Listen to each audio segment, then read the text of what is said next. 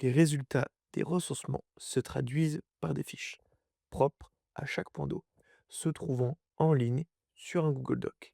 Nous prenons par exemple la fiche de la source de Benetton, contenant les caractéristiques fournies par les participants.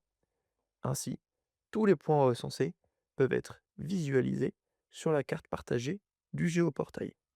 Chaque point dispose d'un lien permettant l'accès à sa fiche. Pour cela, il suffit de cliquer sur le point, puis copier le lien se trouvant juste en dessous du nom de la source. Ce lien vous enverra vers la fiche de la source en question. Si quelqu'un dispose de nouvelles ou différentes informations, il est possible de laisser un commentaire par demander l'accès en écriture. Pour interpréter les informations liées au paysage de l'eau, il est possible de visualiser différents éléments participant à définir le contexte dans lequel le point d'eau interagit. Les différents fonds de carte peuvent être changés dans le menu à droite. Un onglet sert à organiser, afficher ou masquer les couches. Un outil sert à visualiser la légende des fonds de carte affichés.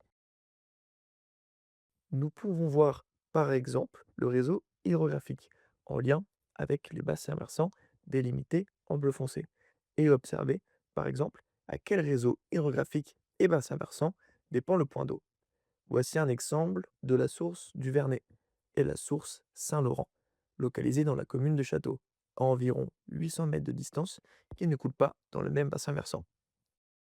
Nous pouvons voir également la structure foncière et identifier sur quelle parcelle se trouve la source. Dans l'exemple de la source Bénétain, elle appartient à la parcelle de la route. Le registre parcellaire nous informe des activités agricoles qui se trouvent autour du point que nous observons. Le contexte naturel nous permet de voir si la source fait partie d'un espace protégé, comme un espace Natura 2000 par exemple. Le type de sol contribue aussi au comportement de l'eau. Ici, la source Bénétain se trouve dans un environnement de sol calcaire, ce qui peut signifier qu'elle s'infiltre rapidement dans le sol.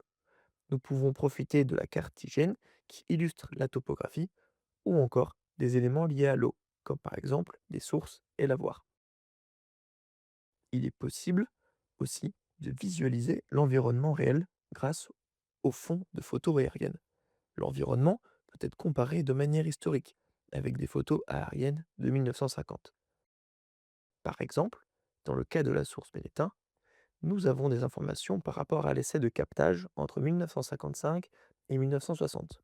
Nous pouvons avoir des points de comparaison entre, par exemple, les années 1950 et 65. Nous pouvons également visualiser l'historique sur d'autres cartes anciennes. Nous pouvons voir que sur la carte de 1950, il y a un objet identifié sur le point de notre source Bénétin. À noter que certains fonds de cartes ne permettent pas de visualiser à toutes les échelles de zoom.